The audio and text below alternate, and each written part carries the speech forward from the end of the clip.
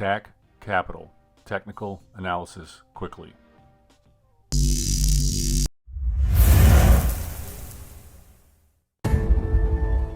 This is not financial advice.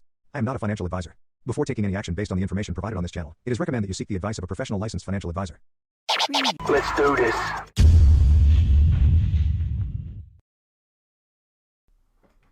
All right, welcome back to the channel, everyone. Today's video is going to be on Bitcoin, and it looks like I've jumped on here right at a time when it's doing a little rally. But first, we're looking at the wedge that we've been in since August 26 back here. So we had our first hit, second hit, this is the white wedge, third hit, fourth hit, then we swooped down and we just broke out here. So that's the end of the white wedge. Then there's the yellow wedge, first hit, second hit, third hit, fourth hit, swoop low, just broke out here. Then there's the red wedge, first hit, second hit, third hit, fourth hit, and because these lines are both going up, it was a breakdown, and that ended the red wedge. There was the orange wedge, which was first hit, second hit. Oh, wait, I got this wrong, 1 second. There you go, first hit, second hit, third hit, fourth hit, attempted breakout, bounce back, and breakout.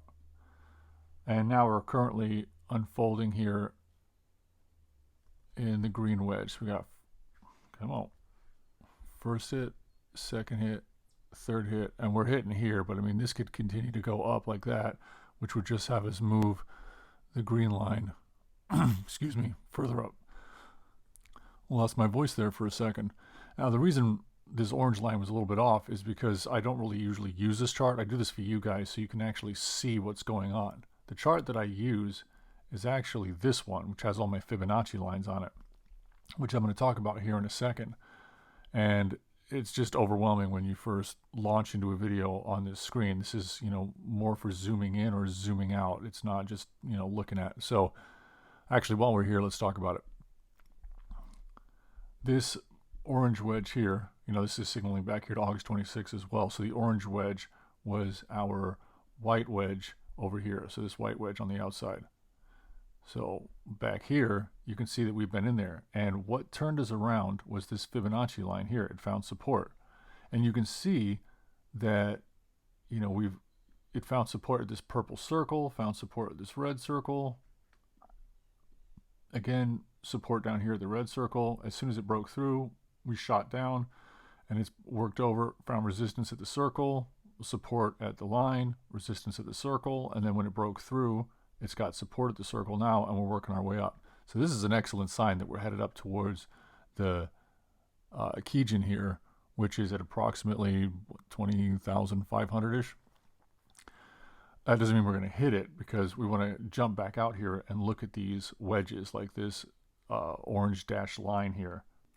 Okay, the orange dashed line in here signals our high in the June 18th rally. So that was our first hit. Then we had our second hit. This was not our third. At the time, you would have thought it was, but it's not. Now, our third is actually way out here. It wicked up. So that's the third. So this is not our fourth, because if this was our third here, we would have come down to 4, and then we'd be looking for breakout. It's possible that this was its first attempt, though, and that's what I want to talk about here. Could this be a rally taking us up this way? Now, I'm not saying to the moon, and 17,000 was bottom. I'm not saying anything like that. I'm just saying, could we rally up for a minute? The yellow dotted line that we have here, this one is our June 18th wedge. Let me zoom out for a sec.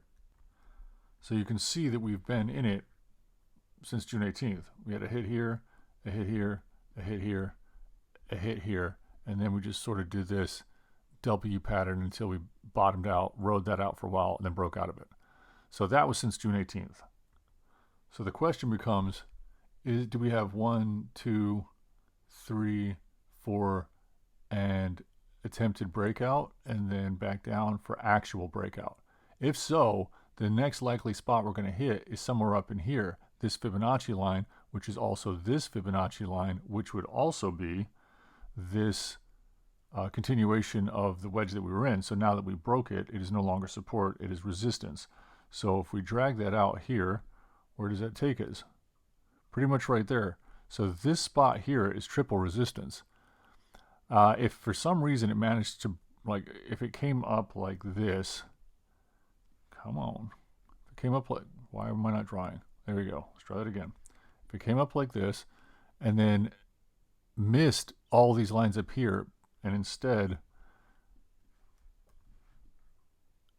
just headed straight for the green and broke through the green, it's possible that it could kind of ride this line up until it hits this Fibonacci circle, because the circles usually cause volatility, in which case it could be a rejection there. We could ride this circle all the way down and then break out of it and go down some more.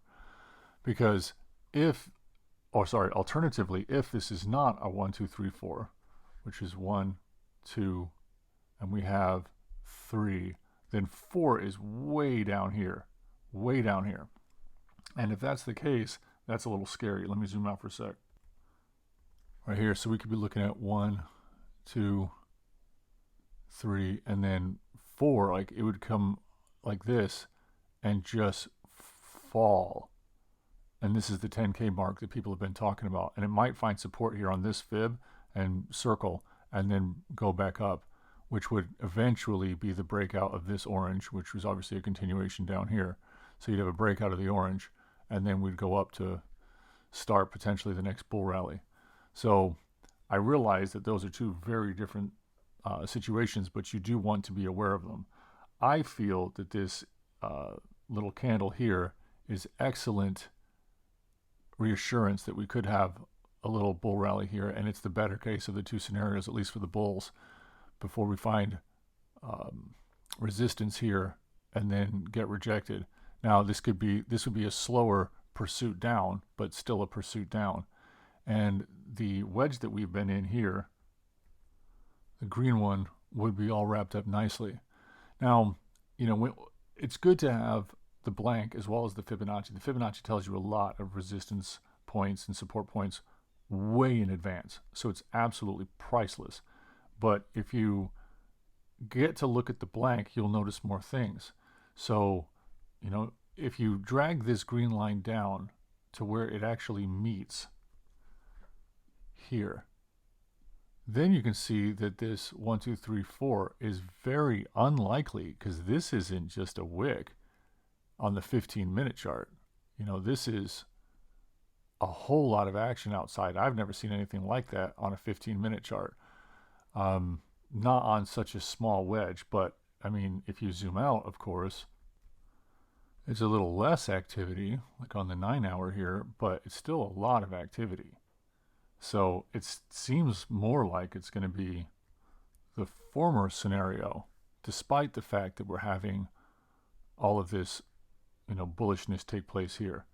So we're looking more at the 1, 2, 3, and then we need a 4th down here before we get our breakout. So this bull rally may not be the long thing that we hope it is. But as we're sitting here on the 9-hour now, let's talk about what's actually going on right here for the moment. You can see that the Tenkan shot down and is acting as resistance for this candle trying to come up.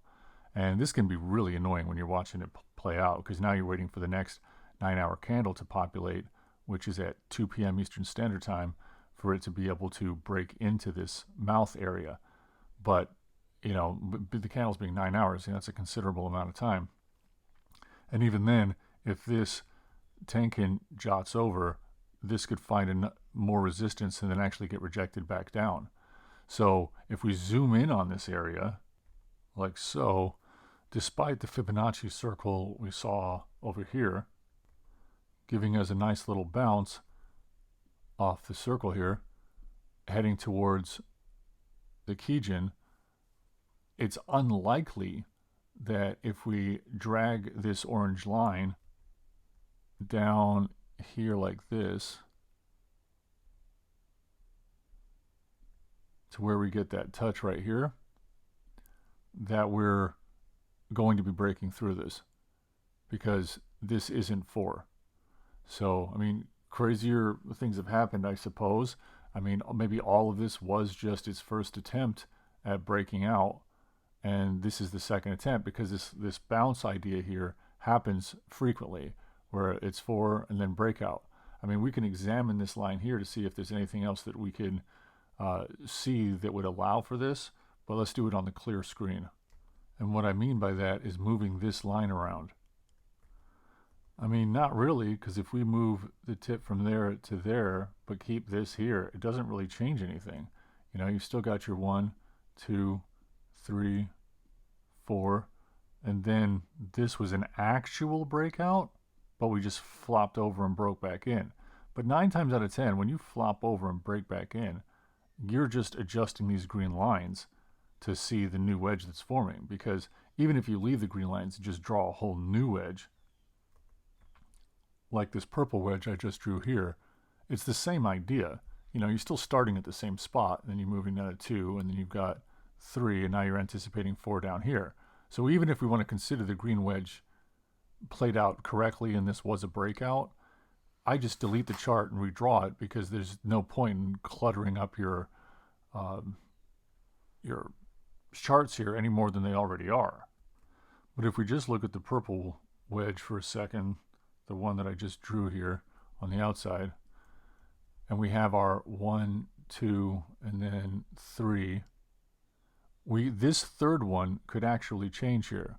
We might, this little rally that we're in could be just enough to push this off the line, because it comes up here, touches, and this actually becomes 3, and then we flop down. So this very well could be a rally, and it's more likely than what we were looking at here being a completed wedge, you know, on the green line, on that green wedge here. This is the weakest breakout I've ever seen, or it's not a breakout, or it's the biggest, you know, challenge to the line that failed that I've ever seen before you get the breakout. And this just doesn't make sense to me. So I'm going to go with the purple wedge.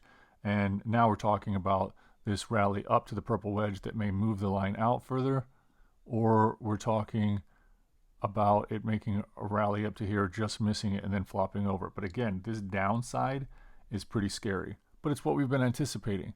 So I would imagine we may get something like this, where we do another bull flag or bear flag, and then do it again with another bear flag, and then do it again with another bear flag. Like, we could do it that way down. We're not just going to free fall. I mean, it doesn't work that way. If you've looked at the charts for 10 minutes, you know that every time you go up, there's a down, up, down. We just roller coaster all the way down. And with as steep as this line is here, if we drag it out, again, way down here, we're getting to that $10,000 range. And 1, 2, 3, and then could be like this. Then we come down. We could even shoot past it, hit the 8,000 where it intersects here, and then shoot up. So, I mean, there's any number of ways this can play out. Maybe this next drop is the super big drop that, you know, takes us into a nice place where we could rally in here, and then come back up like that, and then shoot down again, and then come back up like that. Well, actually, that wouldn't work. We'd have to shoot down past it. This is where we'd have to hit the line, and then that would be our next one. So we might have one, you know, maybe a couple more bear flags that would allow for people to catch some scalp trades. But I mean, being in shorts at this point is really the name of the game until the end of the year, in my prediction. So let me close out here on the immediate short term. You know, we're still developing this green wedge here, but as we just poked out of the 1 hour Bollinger Bands, I wouldn't expect much at this point to continue. So we might be looking at this in the immediate short term, and we had our 1, 2, 3, 4, and now we're going to break down and out. So where would our target be? Let's look at the Fibonacci Retracement tool, do a run up here. I don't know why I'm running so slow here. If we count that as the 1, we'd retrace to somewhere in here, about 19,639, before we shoot back up to 20,518. And this 20,518 mark, if we just dump this price tag in here and jump out to some of the other timelines to see what that translates to. Let's look at the 3 hour. This is getting close to the Kijun on the 3 hour. And this doesn't mean we'll hit here. We could fall slightly short. We could overshoot it. We could come up, wick to the Kijin, and then come back down. It doesn't mean that we're going to go right to there. So looking at the 4 hour, 5 hour, 6 hour, I mean, you can see that the Kijin on all of these are very close to one another. And if you back down to like the 3 hour, you can see as we jump up here, the Tenkin is starting to swoop this candle. So looking at the 4 hour, you know, it's swooped again. 5 hour, perfect. And then this is where you see it switch, I think, to the 6 hour. Yeah, and we're just splitting it. But I mean, you can see that where we're actually at here is underneath where price currently is. We're just not underneath the entire 6 hour candle. So I mean, this does look good for, you know, this slight pullback and explosion back up to here. And then we're either going to set a new mark, which is probably likely if this is that scenario, and this little Elliott wave here, 1, 2, 3, 4, 5 scenario. You know, this might be like a barely pop up, or it's just going to be a flop over. I'm not entirely sure, obviously. But I would watch this purple line's movement out. I feel like that's the most likely scenario. And then this will become our third hit, and then we're going to have a free fall down to the fourth hit. This might last middle of the week, I'm guessing. I mean, let's look at some time frames here, I suppose. Yeah, zooming out to the 30-minute, you can see that the Kijin's down here, and it's, you know, trying to call the candle back down. Now we've just broken out of the yellow line, and you can see that this yellow line is acting as support right now. So it's possible that the line will win because the 30-minute Kijin and Tenkin are not that reliable. But I mean, even on the 1 hour, the Kijin's way down here. So I would expect to come back down here, like I said, and this will take us to 6, 7 o'clock Eastern Standard Time, and then we'll go back up and work our way over to, you know, this time tomorrow. So that's Tuesday. So then I would anticipate, you know, a drop off if we do set a new point out here, which would put it Wednesday noonish. And then we'll get that drop down. And it could be pretty bad. So just brace yourselves. If you're going to be in a long position from now until then, be mindful around this 20,518 mark. All right, that's it for me, guys. I appreciate you watching. Like, share, and subscribe. We're having a great day out there. And as nice as it is to see some of this bullish action. Oh, see? Look at that right here. This is on the 1 hour. It just took off some more. So people are getting behind it, and this just kicked up the Kijin. So this is what I'm talking about. You get a little bullish action, and you can change these things, the Kijin and the Tenkin, below the 4 hour very easily. The 15-minute and the 30-minute are a bit of a joke. The 3-minute is an absolute joke. The 1 hour is getting a little more reliable. But because it's only about the last 26 hours, you know, it's not giving you a whole lot here. I mean, even on the 2 hour, you've got movement happening as this takes off. So you're about to have the Tenkin cross the Kijin, and the Kijin may continue straight while the Tenkin goes up. This gives you the mouth, and then, you know, you get to pull back at this point. So that's very possible. If we take a look at the Fibonacci retracement tool as this being the first point, this would have been a very weak retracement down to here, which is just past the first of the 3 center lines at 19,784, but it calls this as the top, right? So 20,202. And we are currently at a high of 20,225. So it came up and it clipped it, and that might have been all it needed to break out, to break back down now. But keep in mind too that this yellow line, or even the white line, both of these are not that steep. So, you know, coming up, and this just hit almost the beginning of the white line, and it did hit. Oh no, it did not hit. It came close to hitting the beginning of the yellow line, or the yellow wedge. So out of lines that are not this, you know, steep down like that, you get these little baby breakouts. You don't get massive ones. So this could have completed both the white and the yellow wedge. I mean, in my mind, they absolutely did. There's no question. But it even did it in a normal fashion, I guess is my point. Anyway, I was there at my sign off, so I still stand behind what I said. Just be mindful of this bullish activity, that it's only going to go so far from what the wedges are telling us. And the wedges don't lie, unfortunately. In this case, especially if you're a bull, I would say extremely unfortunately. You're going to get a little rally and then a tank down. I'm not perfect. I've been wrong before. We'll see how it goes, and I'll report back in tomorrow. If you want updates throughout the day, I'll probably be watching Bitcoin and Ethereum mostly today, and I'll try to put those updates on Instagram because it's just so much easier to do from my phone. And those are in video format as well, so you're not just going to be left guessing or reading a few lines of text. So thanks again for watching. Like, share, and subscribe, and I appreciate you. Have a good day.